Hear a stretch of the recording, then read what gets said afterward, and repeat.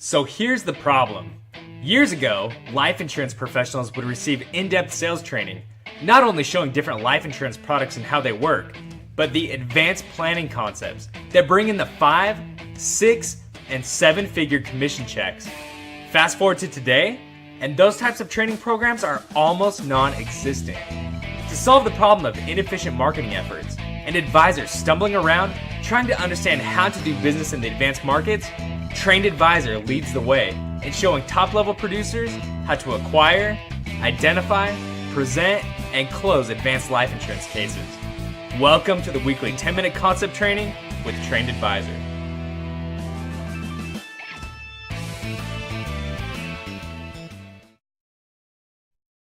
Hey, what's going on, everybody? My name is Tyson Bailey, and welcome to the 10-minute concept training today. First off, I want to say thanks for joining us. It means a lot that you're taking time out of your busy schedule to join us.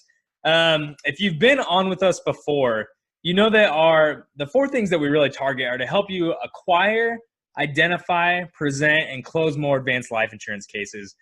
Typically, Rick goes through a lot of the advanced planning concepts. That's really his specialty.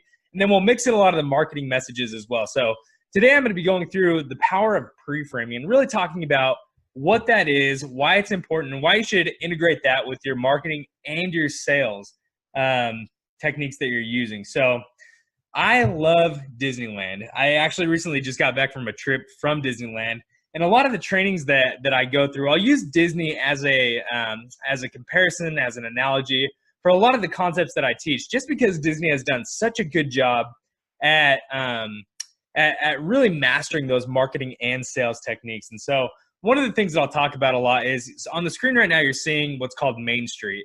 And if you go to Disneyland, before you get on any of the rides or restaurants or anything that you went there for, you have to walk down Main Street. Disney did a good job at designing that so that when you walk down Main Street, there's a lot of ways that they influence your thoughts and your emotions. There's things that you see and smell and hear to get you into an emotional buying state, right? So another thing that Disney does really well is the concept of pre-framing. Now, once you walk down Main Street, you'll notice that Main Street has a certain style to it. You know, the buildings are a certain style, the signs and everything that you see is a certain style. But once you go down into different sections of Disneyland, Disneyland is divided into a bunch of different lands.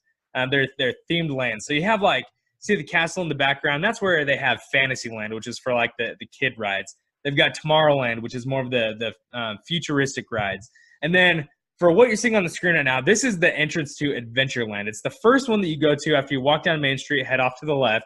And you'll notice that as you go into Adventureland, Disney starts this pre-framing concept with you right here, okay?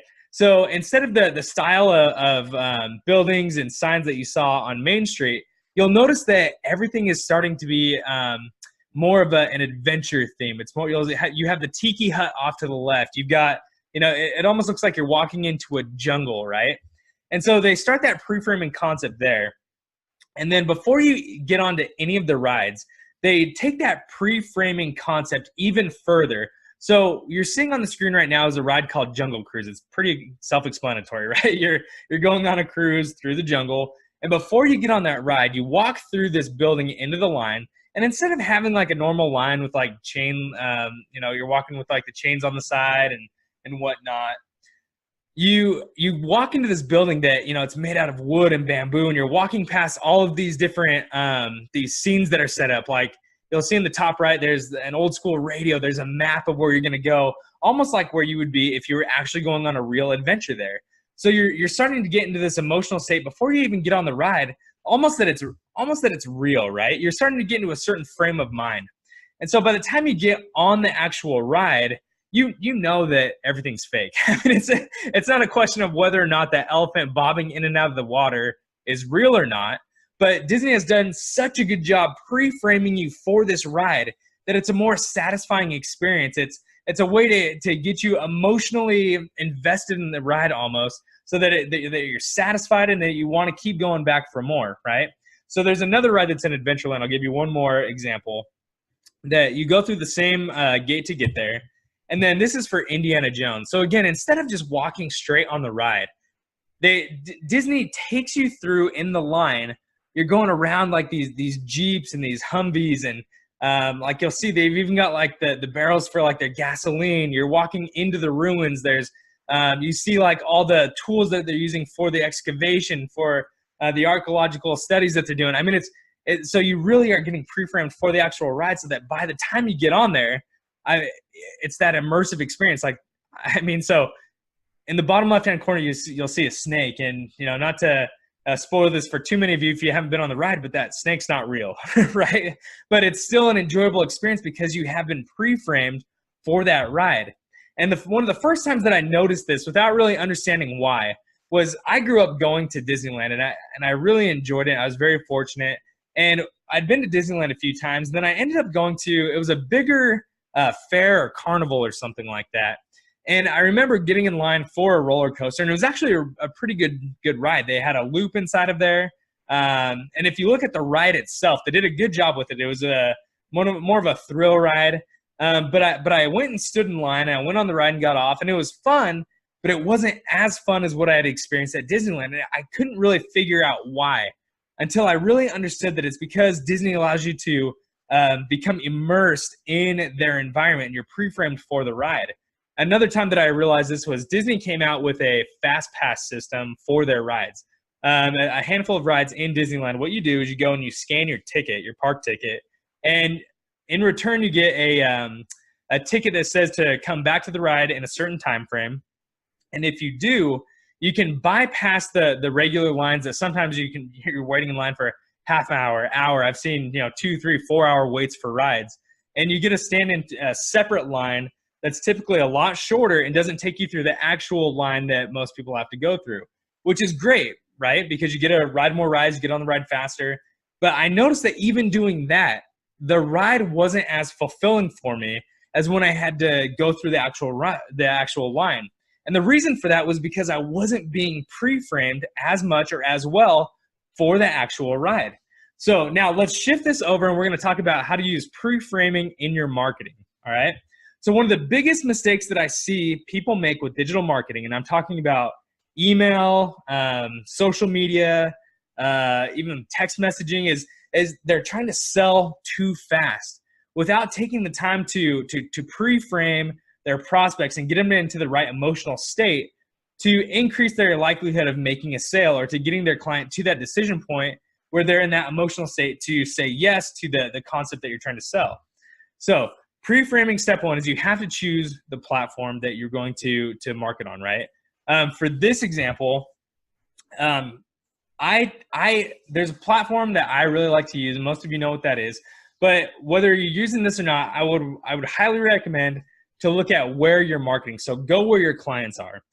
And I realized when I was starting out my agency is high income earning professionals and business owners who have the money resources needed for my services are on LinkedIn, right? And even that step right there, going to where your clients are, and especially where LinkedIn comes into play, is that when people are on LinkedIn, they're on LinkedIn for business reasons, right? So when I reach out to somebody, or when I'm talking about business concepts or financial concepts, that's not out of the ordinary, right? They're already pre-framed somewhat to be more receptive to those concepts. Now, I'm not saying that email marketing doesn't work. I'm not saying that Facebook ads don't work. They do. They really do. And I'm a believer in those as well. But I believe that there's a fit for all of these tools, and you just have to know which tool to plug in which situation. So if you're starting out and you're trying to figure out your messaging and how to really craft that message, LinkedIn is a great place because people are already pre-framed to some degree, and there's barriers that are broken down before you even reach out to them. So when it comes to LinkedIn, we're going to focus on the actual posts on LinkedIn, social media posts on LinkedIn. So typically what I see is when people are starting to post on LinkedIn, the first thing that they'll do if they don't know what to post is they'll post inspirational quotes, right? And before I get into this, I'm not calling anybody out. I'm not saying that these are terrible ideas or anything like that. But I'm trying to help you understand that there's really a good, better, best way to go about this, all right? So what you're seeing on the screen right now is these are good things to do, okay? Being out there and being present, it's a good thing to do, to be out there so that people are still seeing your name, they're still seeing your face, and they still see what you do, right?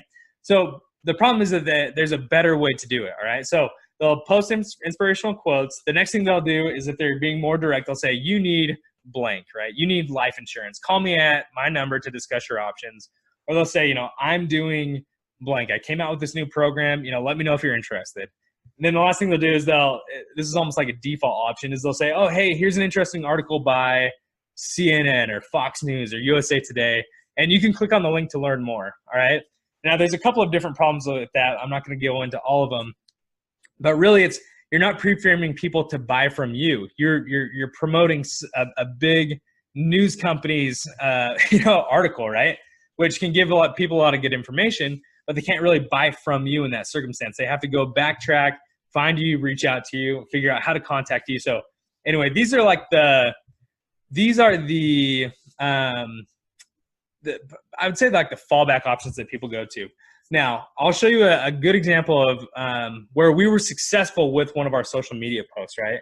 So we went out there with the business prenup concept, and using this post, we were able to have 12 clicks on that post and generate 7 new leads coming out of that post. Right? And that's not just people saying hi or commenting or liking or whatever. That's people actually clicking on the link and putting in their email address to learn more, which is great because then we can retarget them.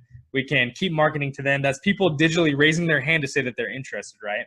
And now I know one of your first reactions is going to be, all right, but I've posted on LinkedIn before and it looks similar to that, but I didn't get anything out of it. Now I want you to notice how our post was structured, all right?